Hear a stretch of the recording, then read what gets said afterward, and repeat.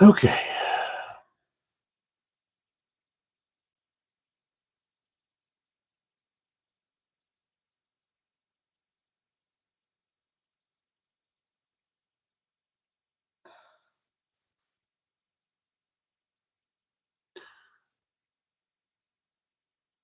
Okay, I guess first thing is, can you hear me? Okay, I guess first thing is, can you? I think you can. Okay, we're up and running. Welcome to number 3, live for Trying to Live Forever. The only live that I know of that's going to be talking about gastric bypasses and sleeves.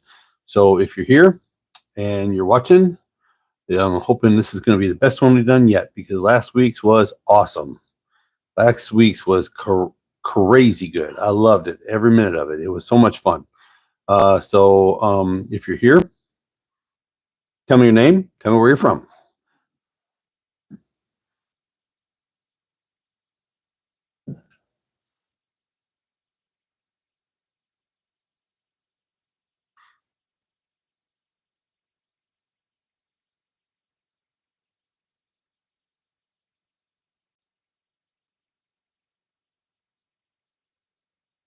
Are you there? Did we just do contact again?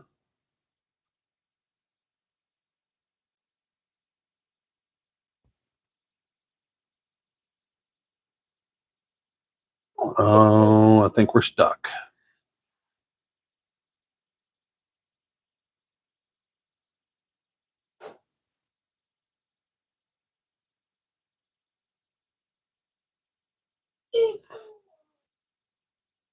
I think we just phased out.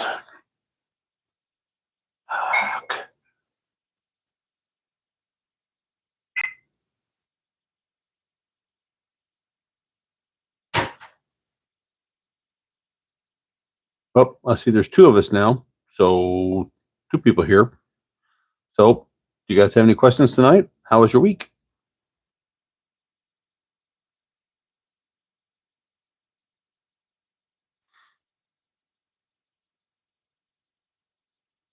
Well, the first thing I guess I ask is, can you hear me?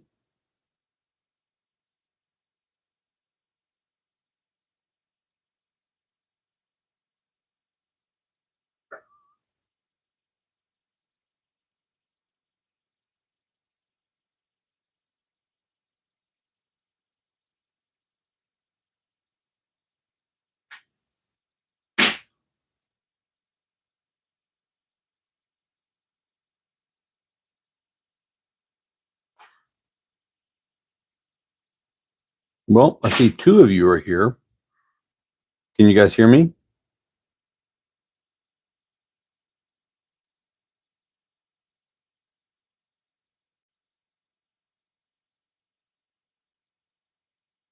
I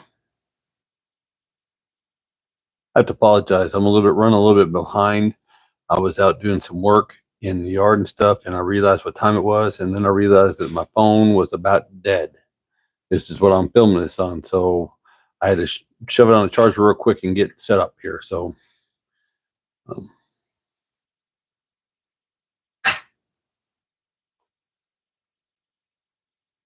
well, I'll just tell you how my week was. I was really, really busy. Did a lot at the office. Did a lot at the house. Um, did some mowing for the kids. Did some yard work. We went over Saturday, did some burning, played with the grandbabies. Stayed on my diet pretty much all week. Didn't cheat at all. And life is going pretty good. And I think I'm down a pound or 2 still. So, how was y'all's week?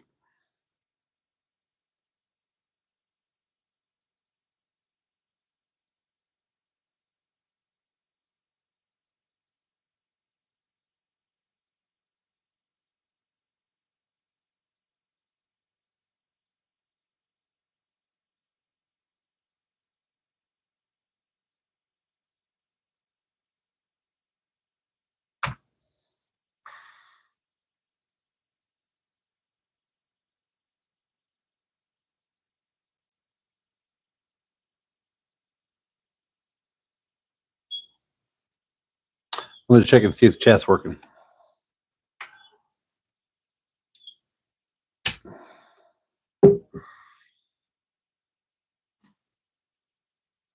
I'm just waiting to talk on y'all. I'm just waiting for y'all.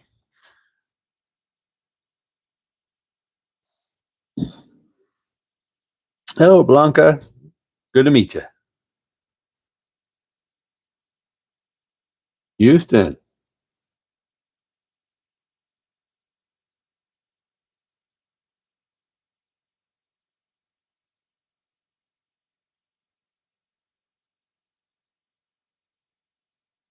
Let me see. I'm from Houston. Nice. I like Houston.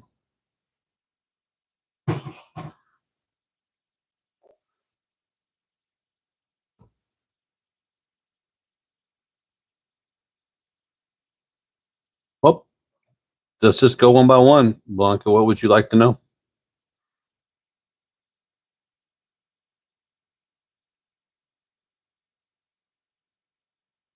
We'll just start with baby steps and we'll go from there. I can see what's in the chat, but I can't see the posts from here.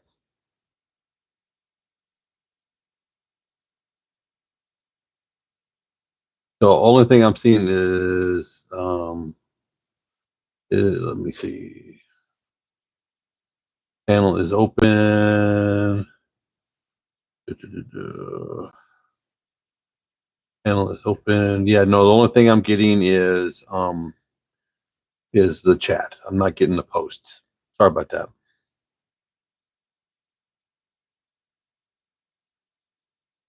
No, wherever you're posting it is if it's on the page, if it's on the YouTube channel.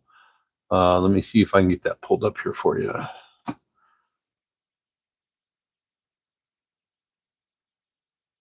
We'll see if we can find it.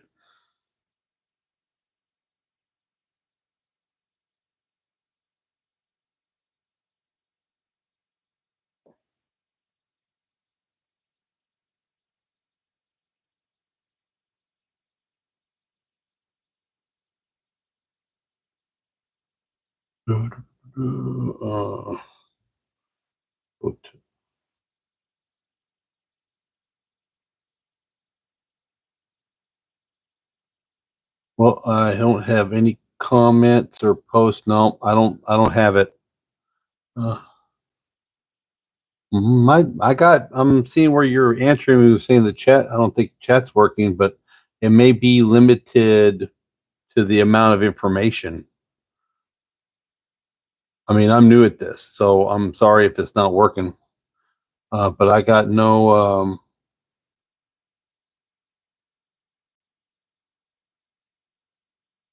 I don't have any, yeah, I don't have anything coming up besides the chat. Sorry about that.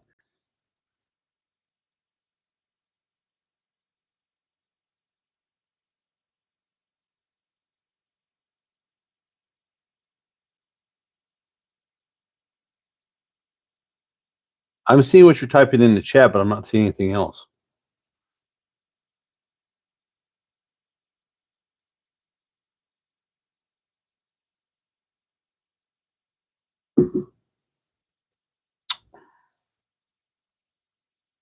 I don't know if you can cut and paste in a chat, in a live chat. I think you might have to type it in like you've been typing in, asking me if I'm seeing it or I'm finding it.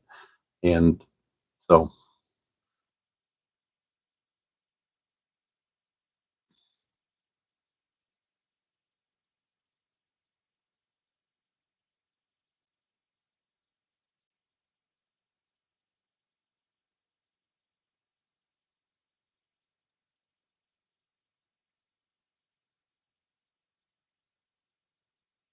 But it's glad to finally talk to you.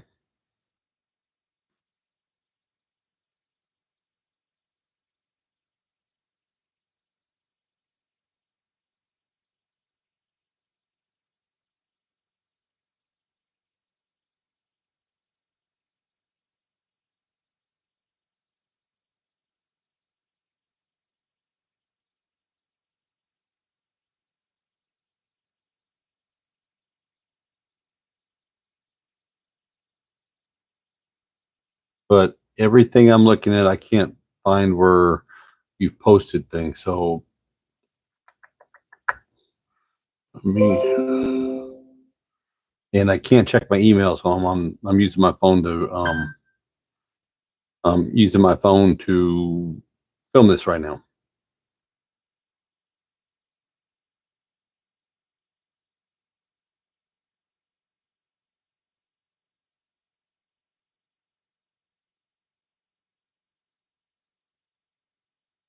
Okay, I'm having my gastric bypass surgery sometime in June. I'm also having a hysterectomy in October.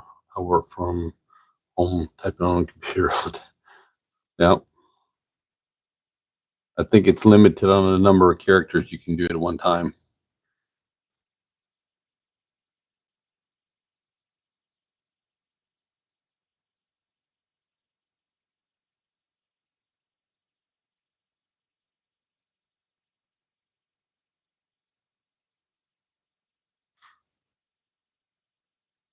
Well, I work in an office and I work at home on my other YouTube channel, so I'm with you there on that one, Blanca.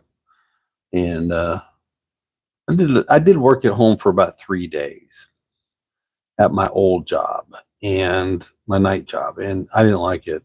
I got to be around people. I'm too much of a social butterfly. I gotta say hello and talk to my people. It's just that's why I'm in the service industry, and I like talking to my people. That's my office. So I like my conversations, and I can't just sit at the house all day and work on the computer. That would drive me nuts. I'm too much of a mover and a doer. But some people are wired tailor made for it.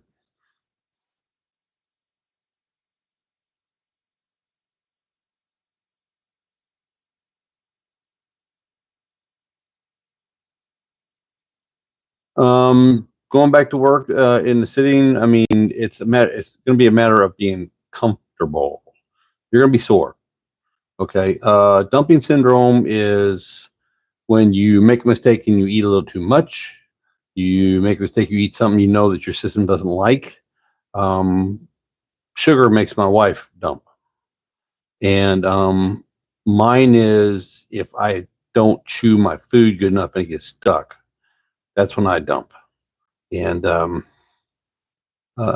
matter of fact, I did that a little bit tonight. I had a quesadillas and I didn't chew it up good, and I was really hungry, and or felt like I was hungry, and I didn't chew it up good, and a little bit got stuck. So I had to move around a little bit, and so I had to get rid of a little bit of it to make myself comfortable again because I was uncomfortable.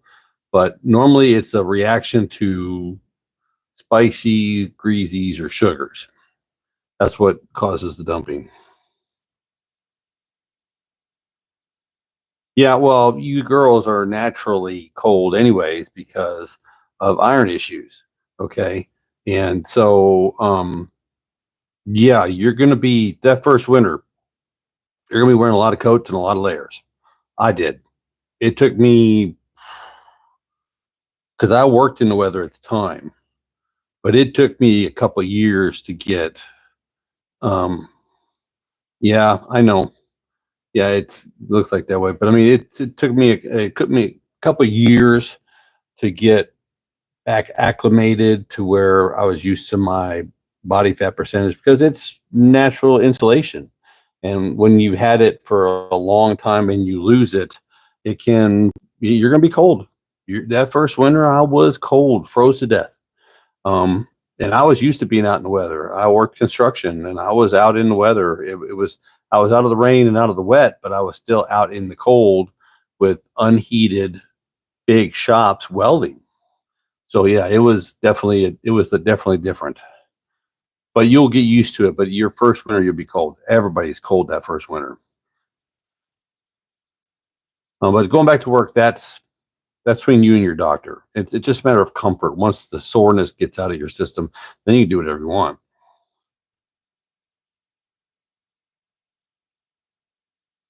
Cold. Yeah, I know the chat is delayed. I mean, it's just there isn't anything I can do about that one.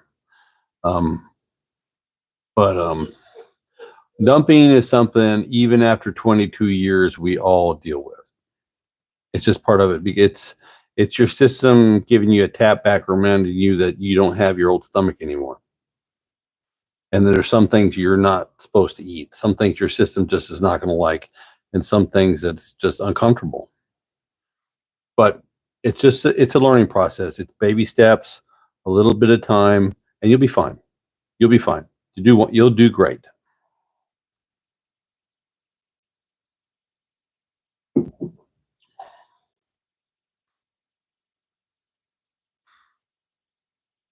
So it says I got 2 other people here. You guys have any questions?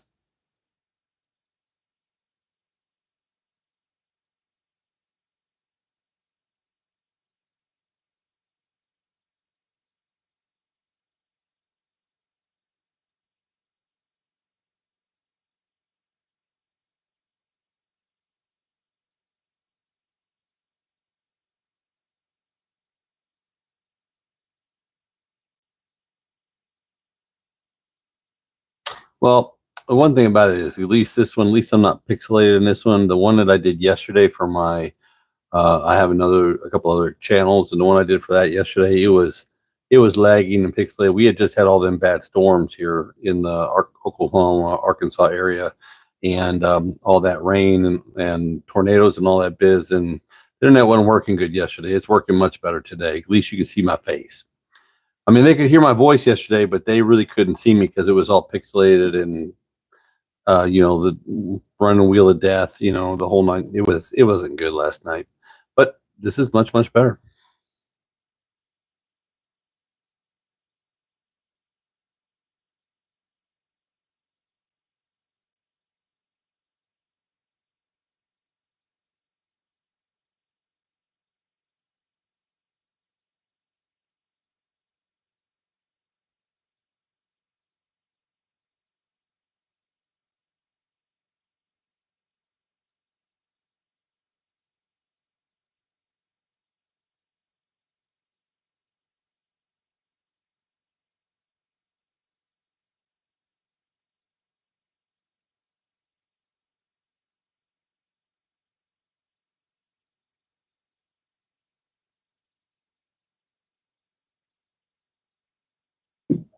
But the whole question of when can I go back to work after, that's kind of up to you and the doctor. I'm not medically trained at all, and everybody has their protocols. The doctors have the way they want you to do it. But it's just a matter of comfort zone. I mean, if you're work at home on the computer, that's a lot easier than going back trying to be a construction worker after the fact. I was off for 6 weeks, and then it was tough after that because I was still sore because you're having your whole insides rearranged, and it takes a while for that to, even in your 30s, it takes a long time for that to heal up. Okay, we have a new one.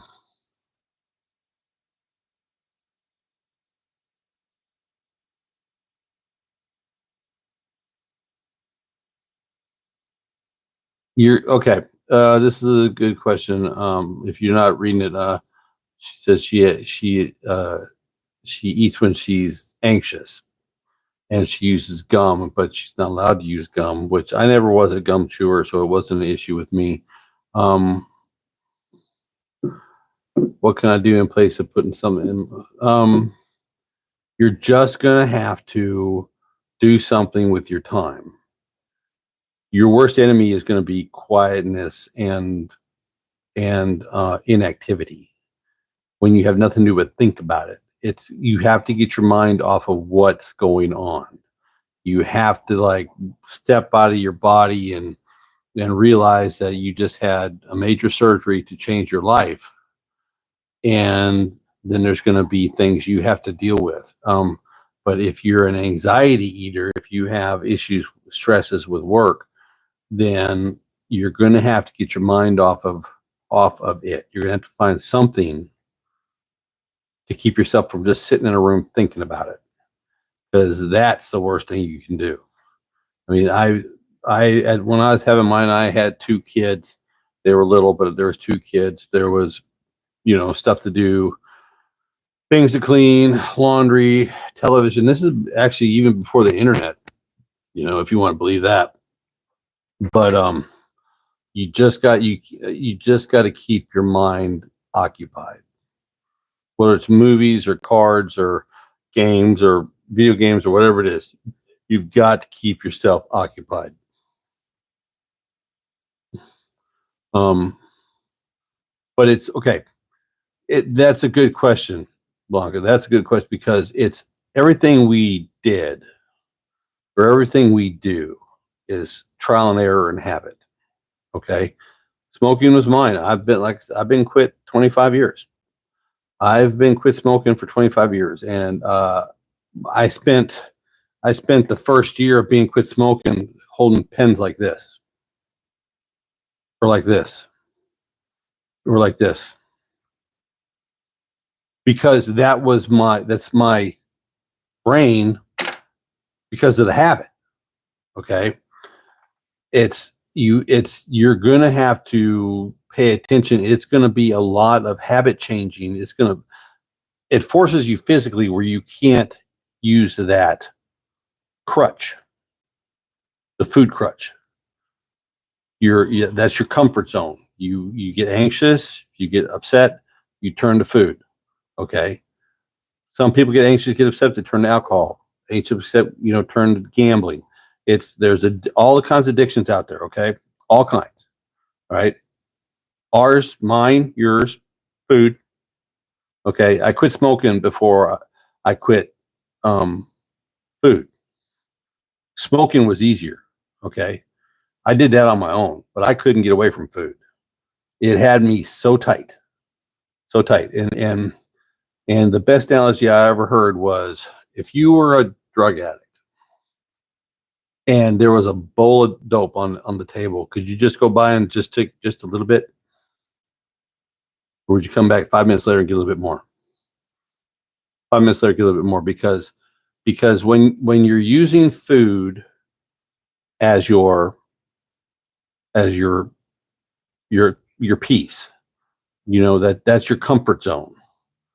And then afterwards is when the guilt hits in. But that while you're eating, your food is your comfort zone. That is your hug. It's your food hug. You have to find something. It's going to force you to find something else to use for your emotional backup. Because, this day and age, it's just too easy. It's just way too easy to use food for your emotional hug. So it's going to be hard, because you're going to have to retrain your brain.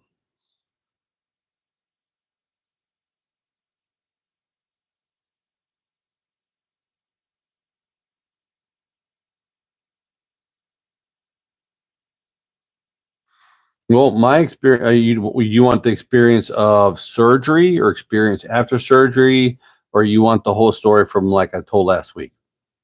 I mean, I'll do it. I'll tell you. I mean, I've been talking about it for 22 years. It's okay. I can talk for a long time. If there's a 3-minute delay, like I said, at least you can see me today. But would you like to know about surgery? Would you like to know about before surgery? Would you like to know about after surgery? Because it's different now than it was then, and there's a bunch of differences. So I'll just start. I was working for a bridge building company, AFCO Steel, and I was north of 500 pounds. Okay. And the HR director, they were self-insured. HR director was a marathon runner, and he was 60 at the time. I think he had just turned 60. And me and him became friends over time. And when he would come down from the home office and come to the shop, he would come down and talk to me, because we just kind of hit it off. Well, a couple of years of that, and we were really friendly and liked each other. And he walked up one day. He said, "I have a friend that I run with, and he's a doctor, and he does gastric bypasses." And I was like, this is, like I said, this is pre-internet. I didn't know what he's talking about. Didn't have a clue. Never heard of it. And he said, "It's a surgery that rearranges your stomach and makes it where it's physically impossible for you to overeat." He said, and we're willing to pay for it if you'll have it done. Because I see down the road, 20 years from now, because at the time they were self-insured, So he said, it's money in the bank for me to get this weight off of you and you not have the complications from all this weight as you hit your 50s. And he said, I want you to go home, talk to your wife about it, and call me tomorrow and tell you what you think, because we can get this done pretty quick. And at the time, his friend was with Baptist Memorial in Little Rock, and he had his own wing, his own floor. And that's all he did. Row-wide gastric bypasses on really big people. And I was a really big person. And he was a friend of his, that he went to college with and everything. They've been lifelong friends. But this guy was the guy that was teaching everybody. This guy was one of the originators, not the guys taught that are doing now, that are doing the cookie cutter ones. This guy was the real deal, been doing it for years, saving people's lives, okay? And he had a whole floor that was just his, that Baptist gave him, okay? And so we went down, talked to the wife about it. She said, well, if they're going to pay for it, if it might save your life, then let's do it, I mean, we were both pretty big. And so we drove 3 hours, went to a seminar, and they slideshows and everything, told you all about it. And they said, now, if you're interested, we can get you scheduled pretty quick. Because you went and got your blood work done, you got your blood pressure done, everybody's is bad. And I think there was 10 or 12 couples in the room. That's all there was 10 or 12 couples. And he did that seminar like once a week. And got the paperwork, signed everything up, went back home, got the call, okay, your appointment's in 2 weeks. We need you here the day before. Surgery was on Thursday morning. We need you here Wednesday so we can do blood work, get everything set up, get all paper signed. They had a deal set up with a local hotel. After a couple of years after Christina, after mine, they had actually opened up they had rooms in the park. They had built a building in the parking lot for Baptists, and it was like a hotel. But before that, we were like a block away.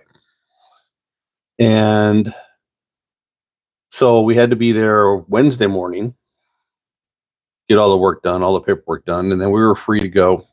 And they said, basically what they said is nothing to eat past 9 o'clock the night before, and had to be there at 5 o'clock in the morning the next morning, Thursday morning. And, this is going to sound bad, but my last big meal of my life was a Denny's, because it was attached to the hotel in the same parking lot. I had a full breakfast. This is how bad I was eating at the time. I had a full breakfast, full burger and fries, and 2 desserts at 8 o'clock. That was my going out meal, which was, yeah. There was no liquid diet. There was no, I need you to lose some weight before we can verify that you're motivated, blah, blah, blah, blah, blah, So went back to the hotel, didn't sleep a wink. Nervous. It was weird. They give you the special soap to take a shower with, the antibiotic soap and all that kind of good biz. And then got there extra early, and you get your clothes and they put your gown on and they set your IV up and they give you the sedative, start to get you, and doc comes in. And he was funny because he wore cowboy boots. I called him Cowboy for the 4 years that I went back and forth for checkups and stuff. And but when he was doing surgeries, he wore cowboy boots.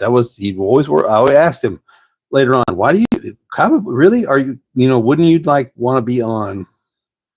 Wouldn't you want to be on tennis shoes or something orthopedic? It's just no. I've always worn these, and this is just what I do. But he was this big around. He was 6 foot tall and maybe 130, 135 pounds. He was a marathon runner, so he was really thin and really in shape. So, okay, good for him. Anyways, cowboy. And he walked in. He says, are you ready for the rest of your life? And I said, hell yeah, let's do it. I was ready to go. I was, at that point, the switch hit, like quitting cigarettes. I was done being in that body. Okay. I'd had enough. At 36, I'd had 35. I'd had enough. And I was ready to go. I said, hell yeah, I'm ready to go. They bring you in there, and they hook you up with all this stuff. And they said I could count back to 100. And I think I got to 98. And I was out. And the thing about it was, back then, they didn't have the special tools. Now, he said, well, one of two things is going to happen. All right. You're either going to wake up and you're going to be split from breastbone to belly button, because I couldn't reach your stomach with the tools that I have, or I got to it and you'll have a couple of small laparoscopic incisions with a couple of sutures. And I said, you can't tell me. He says, nope, I won't know until I'm in there whether or not I can do it or not laparoscopically. If I have to open you up, then, so that was the first thing when I woke up. The first thing I looked at was that stomach. I went, laparoscopic. Okay. So I wasn't gutted like a fish. And the differences between now and then it was a 2.5-day stay in the hospital. Once you woke up, and it was about, when I woke up, I went in at 5:45 and I woke up like at 10:45 or 11:45. I woke up right before noon. And you went 24 hours without anything. No liquids, no nothing. You went 24 hours and they were watching your temperature, looking for infections and everything. You weren't allowed anything. And on top of everything, they got you on Lasix to, because, and they put them anti clot boots on your legs, and you're beat to death for those, because back then, though, also again thing, they didn't make them for bigger people. My calves were black and blue from the motion of the clotting boots. But that 24 hours was nothing, which I didn't bother me a bit, because back then there was 9 times out of 10 when you had the Roux bypass, is that it cut the nerve that triggered hunger to your brain from the stomach. So 22 years, I've not had hunger pain. I know when I want to eat. I know I get a little shaky if I'm but I mean, I still, I've never had a hunger pain. I've never had a pain from hunger in 22 years since I had it done. Okay. So then the next thing is that he told me before I went out, it says, as soon as you can get up and start walking, because that'll clear the anesthesia out, clear any leftover gas that's inside your cavity, because they blow you up like a balloon to get access to the stomach. They hook you up to the air. He said, walk, walk, walk, walk. The more walking you do, the better you'll feel. And I was on a pain pump, and when you hit that button every 20, bink, you're good, So I was walking, and the floor was shaped like an X. So you had a hall with rooms in it and a window. Hall with rooms and a window, but the nurse's station was the dead center. So my door was right next to the nurse's station. So I was up and I would go the whole circuit and then go back to the room. And I did that. I was up, and them girls were great. Them ladies that were up there on that floor, they had the same kind of patience the whole time. They had it down cold. And they were good rah-rah girls. I mean, they were, you're doing great. Just keep walking. You're doing the best thing. And you would hear, there was some people up there that didn't look at it the way I looked at it. Like this was a change in life that was welcomed. I was ready to go. Nothing was going to stop me. After we had the seminar and everything, and I got to think about it, I said, yeah, I can't control myself. I can't. This is the one addiction that I can't get rid of. I can't control myself. So I was motivated and I was ready. But there were some people on that floor that they were whining and moaning and just it was not a pleasant sounding floor for most. I don't know how else to put it. I mean, there was a lot of, there wasn't anything wrong. It's just that I didn't think they realized that's, what they just got themselves into. They weren't as motivated as I was. And so the second day, Friday morning, they walked in and they brought a cup of ice chips. That was the first time I had anything through the mouth for, Thursday morning at 5 a.m. till about 8 a.m. Yeah, Thursday morning at 5 a.m. Wednesday night at 9 till Friday morning at 8 a.m. First time I had anything in my mouth, and it was ice chips. And let me tell you, that was the best ice chips that I ever had in my life. Because when they give you Lasix and you don't have anything to drink, your mouth gets like syrup, pasty, chunky. It's gross. I mean, they wouldn't even let me brush my teeth. It was nothing past the lips for 24 hours. Okay. So the first ice chips they gave me, the first spoon, that was just to rinse it out, just to clear it out. But that was the best ice chips I ever had in my life. just to rinse my mouth. But then it was, that first swallow is just, it's just terrifying. Even though I was motivated, I was scared. Okay. What if something's going to leak? What if something breaks? What if, but that's what's the whole point of then, holding you for 2.5 days for observation after the fact. Okay. So then I took that okay, and a couple hours later they brought in a thing of I think it was tea, unsweetened tea. Okay. And still didn't get anything to eat. There wasn't anything on the menu besides liquids. Again, just flushing, just take the small sips, get it down, see what we're gonna do, make sure you can use the restroom, make sure you're all good, get up and move, get up and walk. Saturday morning, they didn't let me out till 1 o'clock. But Saturday morning I woke up and that's when they took the pain pump away. That wasn't fun. But they gave me a shot to get me to the house. But the problem is that but anyways, they all Friday and all Saturday liquids, nothing solid. Okay. And watching for temperature, any kind of infection, any kind of weird pains, making sure urinary tract is working, because when you aren't eating food, it doesn't go through your colon. It comes out in your pee. Okay. So you're already starting after 2 days to drop weight and you're peeing a lot. Okay. But you're not going to use the restroom for number 2 for a while. And that's another thing they don't tell you about, that you're not going to have, regular for a while, because there's nothing going in. Nothing going in means nothing solid coming out, which means you're urinating it all out. You're losing weight through your pee. Okay.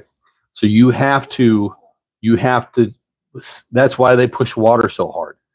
It's because that's the only way it's coming out. And you have to get the liquid in to get the liquid out, to get the poundage out. All right. So anyway, so I was supposed to get checked out at 11. They give me my go home shot at 11. Well, they didn't officially let me out till about 1:15. Right. So that shot had pretty much wore off by the time I got in the car. I got discharged. I got in the car. I got all my paperwork. And so my 3-hour drive was down I-40, and back 22 years ago, I-40 was rough. You felt every bump in the road as you were driving. And I made Christina stop halfway and said, "We got to take a break." It was jiggling my guts, and it was brutal. Okay. It was just awful. I made Christina quit, because then, there's no liquid Tylenol. There's there's none of that stuff. There's nothing to break it up. So we sat in a parking lot at a Wendy's at a truck stop for about an hour, just talking, got the rest of the way home. I got my 6 weeks off. I spent the first 2 weeks, 2 days, and then 12 days after that, only liquids, just water and coffee and tea. No sugars. But back then, everything was to the day. Everything was, you had a protocol, day to day to day to day. Now you can start this. Now you can start that. So I went from liquids after 2 weeks, and then I had a checkup at 3 weeks. No, I had a checkup at 2 weeks, and that's when he gave me the okay to start soft foods, which was yogurts, cottage cheese, mashed potatoes, things like that. No pasta, nothing hard, no meats, just soft foods. And now I had to do that for 2 weeks to get my system used to it again, kind of like training a baby to eat. You're training your new stomach to do what you got to do, So, I don't mean to interrupt. While you're here, hit that like button, smash that thumbs up. But then it's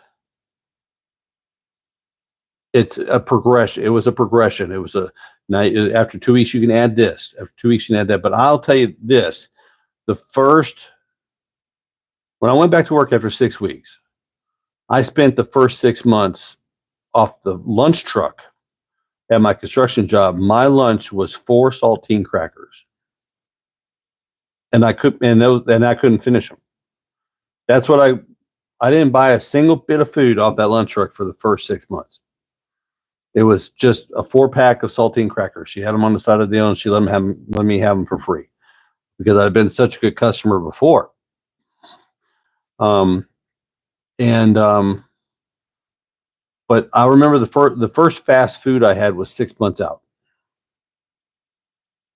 6 months out. I had to go drive from where I live up to the airport, which was about an hour and 45 minutes to the airport to pick up grandma from the airport. She had just come back from a trip. And I was off. It was a holiday or something. And I had a McDonald's that was just a couple miles down the road before you got on the highway to go to the airport, right?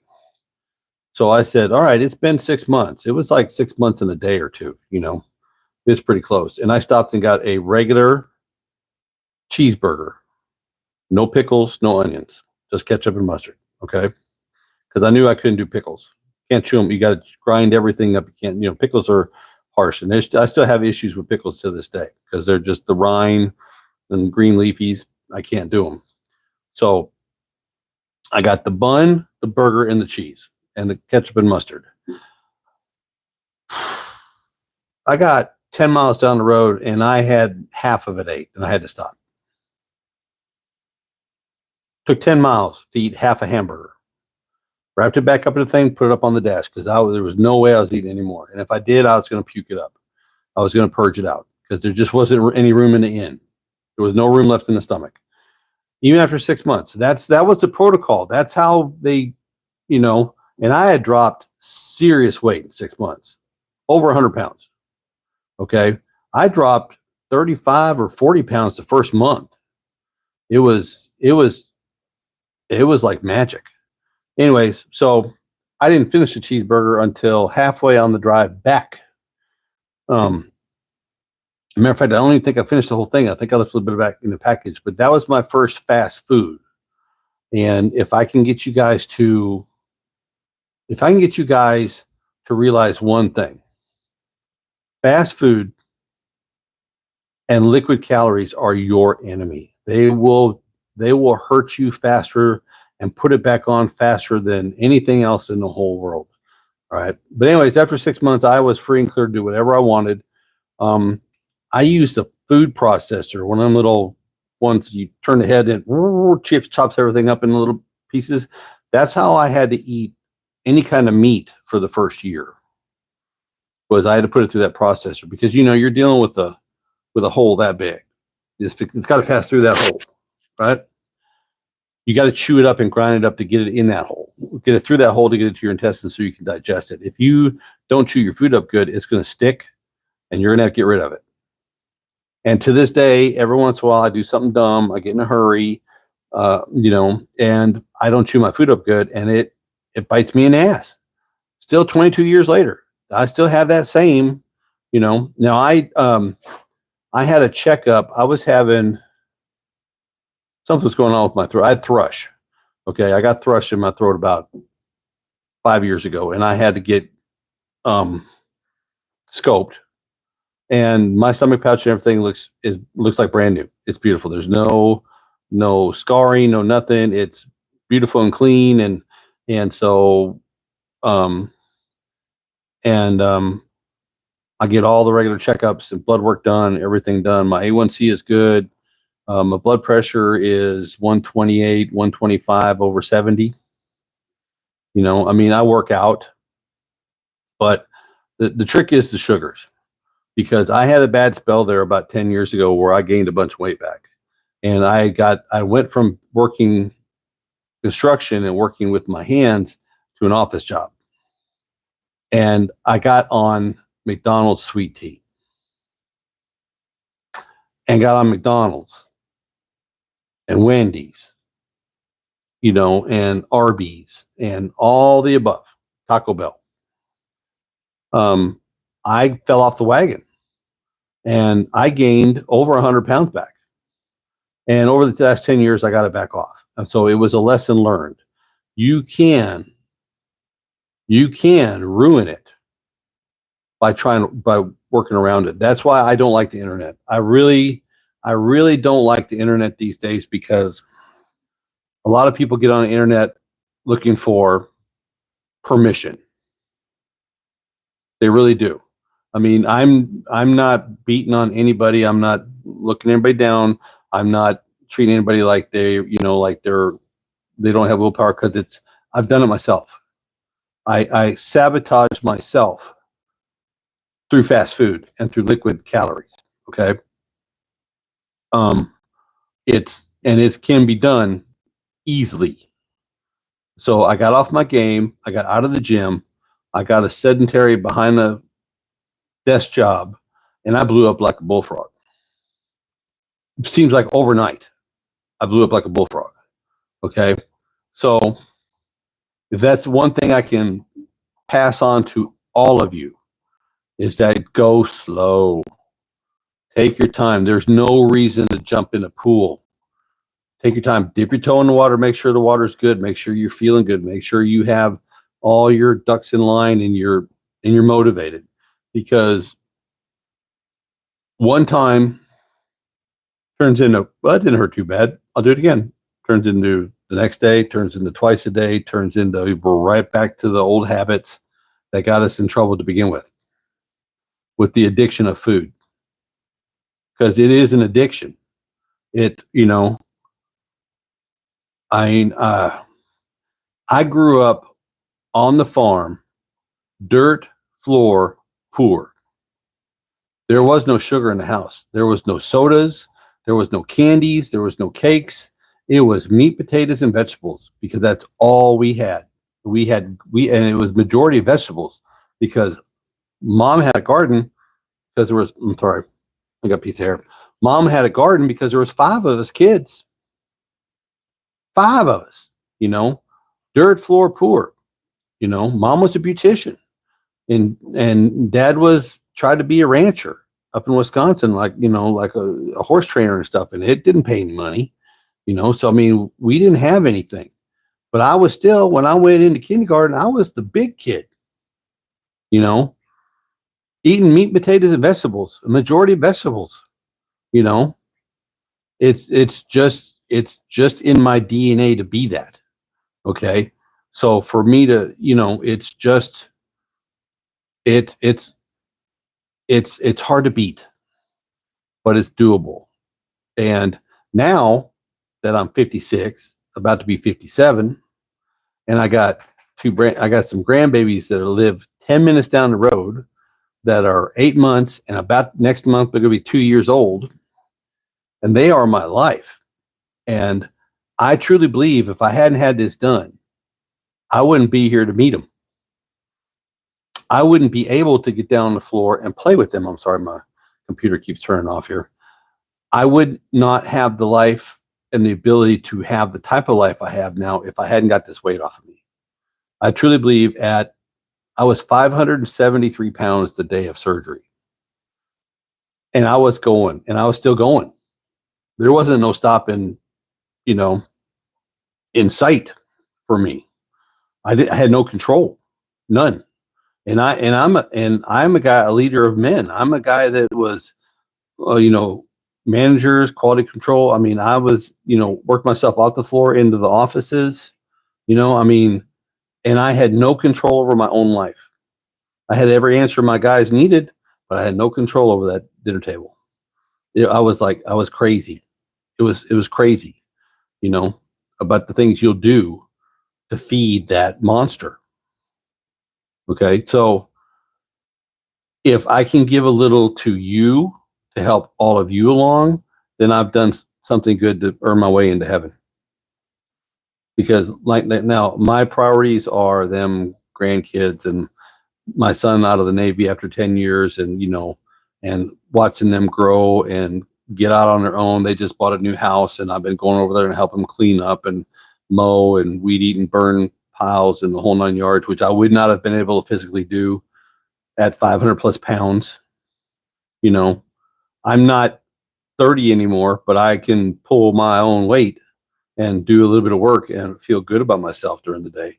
And I carry my weight pretty good. I'm still 265, but at my lowest, okay, 18 months after is when I plateaued. And you're going to plateau in the middle, even at the, when you're constricted, there's going to be times whenever you don't lose any weight. And so me and the wife, we would go out shopping on Sunday morning. Okay. And we would go to, at that time at the mall, there was a GNC, and outside the GNC, they would open at 11. We go shopping and we get there, wait for them to open because I was getting protein powders and stuff like that, B complexes, that was the place to go, was GNC, and that's what the doctor recommended. But there was a scale outside the GNC, and we would weigh every Sunday, once a week. Okay, so that's one of my golden rules. Don't weigh every day, because you're going to become aggravated at the scale. Weigh once a week or once every 2 weeks. And if you do that, then you're going to lose weight. It's going to show on the scale. And that's the best motivation there is when you're just living life and living through this process and you're watching that your waistline and the scale go down every week or 2 weeks. It motivates you even more. Okay. Go slow. Don't weigh every day. Stay away from fast foods. Prep your own foods. Take it with you. A cheese stick, a boiled egg. I know it's boring. But you've had your time to have fun. Now you're taking the time to do something in your life to make sure that in the future you can still have fun. because I wasn't happy. I didn't feel good. Everything hurt. All my numbers were off. My blood work was terrible. My blood pressure was in the 150s range. It was just like the work was not working anymore. It wasn't, controlling any of it anymore. My blood sugar was out of whack. My A1C was out of whack. My triglycerides were through the roof. It was all bad. And now I'm normal 22 years later. But like I said, even I slipped, and it took me 10 years to get it back off, but I did. Okay. So it can be done. So go slow. Don't get on the internet and ask for permission to do things. Follow what the doctor says by the letter. Weigh once a week. And if you watch this, or you find a group, or you have a buddy, see, that's where my benefit is 18 months after I had mine, Christina had hers, because I watched her bust her ass in the gym for 18 months. I mean, like a soldier. But she had the addiction, and she would slip, and then she'd feel guilty, and then she'd work out even harder. And it's different working out for girls than it is for guys. Okay, you ladies can do, stomach exercises. You can do all kinds of different things, but if you're not eating correctly, if you're still packing on those pounds, no amount of exercise is going to change your waistline. And I'm not trying to, she's the love of my life. We've been married 31 years, fixing to be 32, been together for 35, 36. Yeah. She's my person, but it's been a blessing, because I felt like I was doing it by myself for the first 18 months. And it was lonely, because some of your family ain't going to understand. The skinny ones aren't going to understand. They're going to be just like, just quit eating. Yeah, if it was that simple, I'd done it 20 years ago.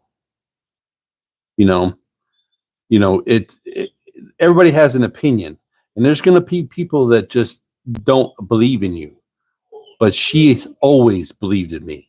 She has been my person and my rock for 31 years. From the diet, from the gastric, to let me quit a good job to open a business that failed because I couldn't get the licensing that I needed, because I was doing an internet-based business, and the state at the time didn't have any special protocol for internet only. So I had to stop that, get a job, got promoted in that, became management in that, and quit that job to open my own business in that profession. And she believes in me enough to let me do it twice. And now we're cruising. I got a business that's, after 9 years, that's just doing great. I've got the YouTube channels. I'm building my old pickup trucks in the garage, and I do a YouTube channel for that. She works for the hospital, and we're empty nesters. We're doing great. But I would be nothing without her. Having a partner, or having someone that you can go to lunch, which I still, once a week on Saturdays. Now we shop on Saturday mornings. And so Saturday for lunch is our cheat day. We stay on our diets as well as, as expected, all week, and we're not eating out. We're living on Tupperware. I take my lunch with me to the office, but Saturday is, you have to have one thing that you can do once a week. Once a week, 98% being clean, and one meal where you splurge and eat something that you want to get that satiation that in your brain, is such a game changer. But you have to know that if you haven't been good that week, if you've blown your diet all week long, you don't get that. So that's the whole thing. It's mindset. Like this last Saturday was our favorite pizza place and a pitcher of beer, which we didn't finish the pizza, and we didn't finish the beer. But when we go in to order, we order one entree. We split whatever. And so piece of meat gets cut in half, potato gets cut in half, you know. And it's just, we split it and we work it together as a team.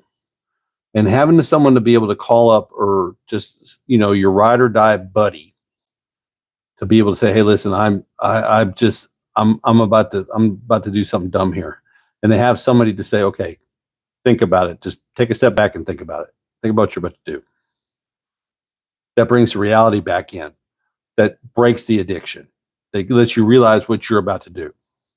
Okay. Yeah. And yeah, Blanca said that, yeah, she's the same age as I, and she just wants to be around for her grandkids, her husband, her kids. And that's what it's all about. You know, money is great. Not having money is terrible. But I've been poor and I've been well off. And just being well off doesn't make you happy. Being comfortable and content with who you are, and being able to recognize that everything that I did, everything I've went through for the last 22 years has made this, the grandbabies and the family, all worth it. Because, you know, never seen a U-Haul truck run behind a hearse. The only thing we get to take to heaven with us is our memories. And I wouldn't be having any memories. I truly believe I would not be alive today. I'd already stroked out, crashed out, done whatever at 500 plus pounds. I just would not physically be here today. I would be dead in the ground. And so I'm here. It's a gift from God to be able to be here, to be able to talk to you, and to be able to go over tomorrow and hug them grandbabies and play with them grandbabies, get on the floor and be able to get back up and enjoy them. You know, it's really is truly a gift. All right. Yeah, you hit it right on the head, Blanca. You hit it right on the head. It is, you know, and yeah, this is when you're younger, it turns out to be for you. Now, my kids were already born. They were, you know, little bitty. They were, you know, I think 6 and 8 when I had it done.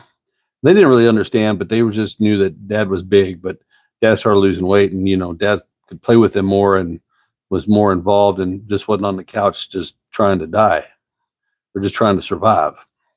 So, yeah, it's one of the best decisions in my life. Game changer.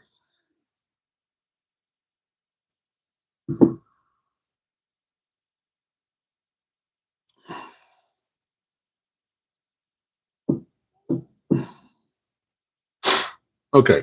Debbie asks, nice to see you. Sorry, coming late. No problem. No problem. I mean, I was a little bit late. I forgot about it, and my phone was about dead, and I had to charge it up. I was a little bit late myself. And let me see. The question in your video, you said about stages 1, 2, 3, etc. If you would told to do it 2, 3, 4 weeks and so on, what is your reason for that, though? Because that's what the doctor's protocol was. They've changed it up.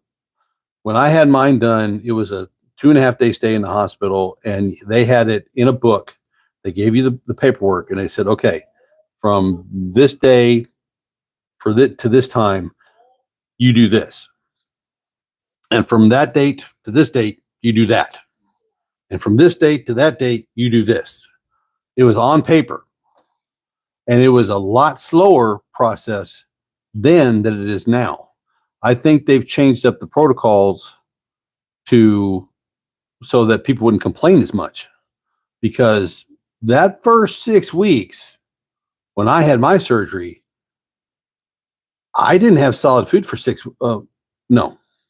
I didn't have solid food for a long time, but it was liquids, soft foods, then try to add in little things. And there was a list of the foods you could eat. And there was a list of the foods you're not supposed to eat and you won't be able to eat because it's going to hurt.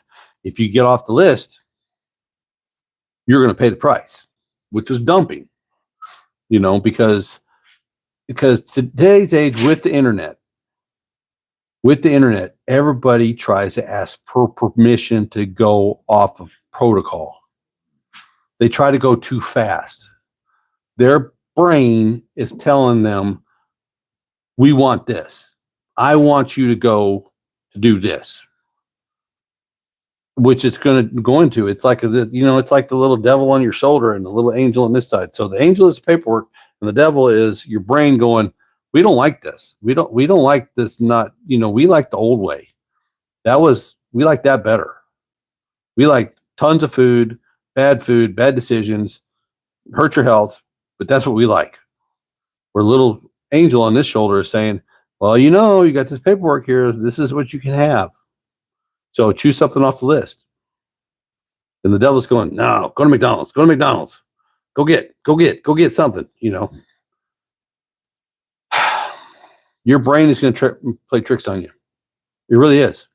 But that's the differences now. Now, doctors don't like doing round Y. And I'll tell you why.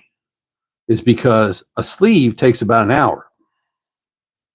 They just take the staples and just staple you right up, and they ain't got to rearrange nothing. They just make you a new pouch, which doesn't really work, which gives you a lot of regurgitation and a lot of acid. See, with a round Y, they redo your plumbing. They got to move everything around. Okay, so let me just put it on numbers here, just for the doctors. Doctors can do 6, 7 sleeves at whatever they get paid, $15,000, $18,000 a pop for their services in a day, and be on the golf course by 2:00. Okay, a round Y takes about 3 hours to do. So if you're a doctor working in the mornings, and then you have to do, go by and see your patients in the afternoon, doing their surgeries in the morning, and going by and seeing your patients in the afternoon, you're only doing 2 a day. At about 18 to 20,000 a piece. So you can do 6, 7, or 8, and get paid $100,000 a day, or you can go and do 2 and get paid $40,000 a day. What do you think a doctor's going to do? They do this, a lot of them do it for, helpful, but they like making money too. Okay. All right. I'm sorry about this, but my phone is about to go dead. I know I'm still showing, but I'm getting the whole, you're down to 5% thing. So, come back. I'm going to try to do this every Wednesday night. I'm going to try to be on time and have my phone charged up better next time. But, just stick with the protocol. You can do it. I believe in all of you guys. I'm hoping all of the best for all of you guys. It's a lot of fun. I really enjoy these. I really enjoy lives. I really do. That's why I haven't been, I started doing these on my other channel, and I just really love them. That's why I think I'll be doing these instead of videos, because it's just so much fun. But y'all have a great day, a great evening, and a good week. We'll see you next week. Just keep to your protocol. Phone a friend if you feel like you're getting in danger. And my email address, bigbuckslater@gmail.com. It's underneath in the thing. If you want to reach out, you can. I have I don't know if I have a link. But just hit that thumbs up button. It helps out. And the more, and like I said, I'm not monetized. I don't have enough people to get paid or anything like that. I'm not here for the money. I'm just here to be able, because the more I talk about it for me, the better it is for me, and the more I stay on track. This is for me too. I mean, it helps me stay on my protocol, hopefully as much as it does for you to have someone to talk to or ask questions about. So, Debbie and Bianca, I really appreciate your questions, and I appreciate everybody else that's been here watching. And everybody have a good evening, and we'll see you next week. All right? Bye. See if I can get this done.